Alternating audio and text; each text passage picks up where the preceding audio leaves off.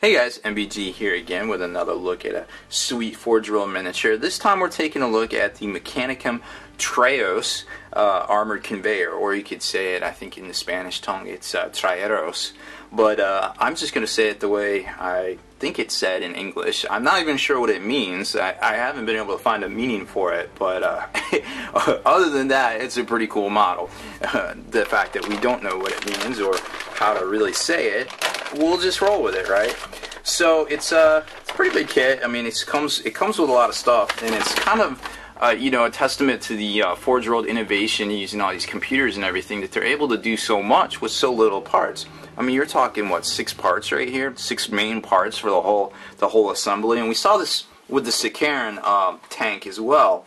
But just to see it with something so big on such a big scale, it's really cool to see what they can do.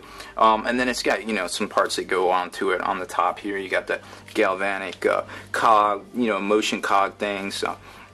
A Mauler bolt cannon, and then the Volkite weaponry, flare shield projectors back of the hull, which basically kind of locks in here to pull the whole assembly together. And I think there's a searchlight and something else somewhere. It looks super easy to put together. Basically, you just kind of plug and play. I mean, the pieces themselves are pretty easy to check out. And then it's got that cool shock ram right at the front here, which does some work in the 30K universe there. So let's take a closer look at some of these pieces. And like I said, it's a rather big kit. I mean, this is a doozy. Here's the first piece, which is that shock ram, and there you can see the intricate detailing and stuff that they might not be able to do if it wasn't for computers, obviously, these days. But hey, it is what it is, right? Second piece up is the top of the actual tank itself, and very well detailed as well. You got some elements there that look like they would see production on a Night Titan, some hatches and things that I think we see. Could just be some cut and pasting on their part. There's one of the track assemblies, very well done, obviously, with the side hatch. I think on the Forge World site they had a Mechanicum cog kind of on that as well, kind of coming up out of there.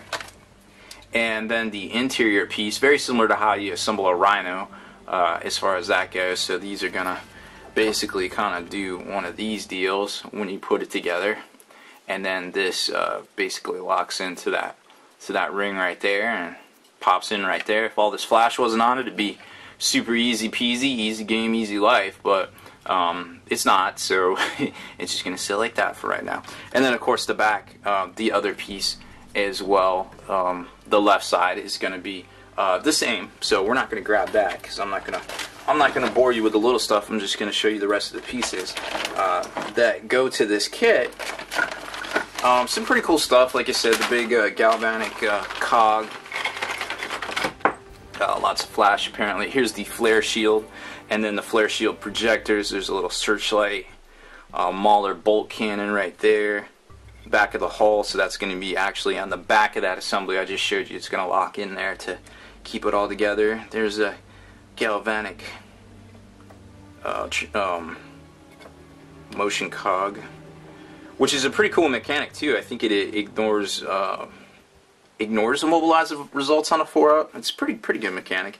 And then these go together to form some anti-personnel defense, some point defense on the tank itself. So cool kit. In game, it's pretty cheap as far as transporting and what it does and its armor values and things like that. So if you're playing Mechanicum, which now there is its own list in the Horus Heresy Part 3 book, there's definitely its own list in there, so you can, and you'll probably see a lot of these on the field. If you ever see a game of 30K at all, everybody supposedly plays it and has some, but you don't see very many games of it, right?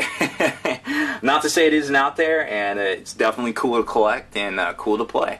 So that's it for this one, guys. Make sure you stay in the trenches, subscribe to this YouTube channel, check out the blog, SpikeyBitsblog.com, and listen to our podcast, ForgeNarrative.com.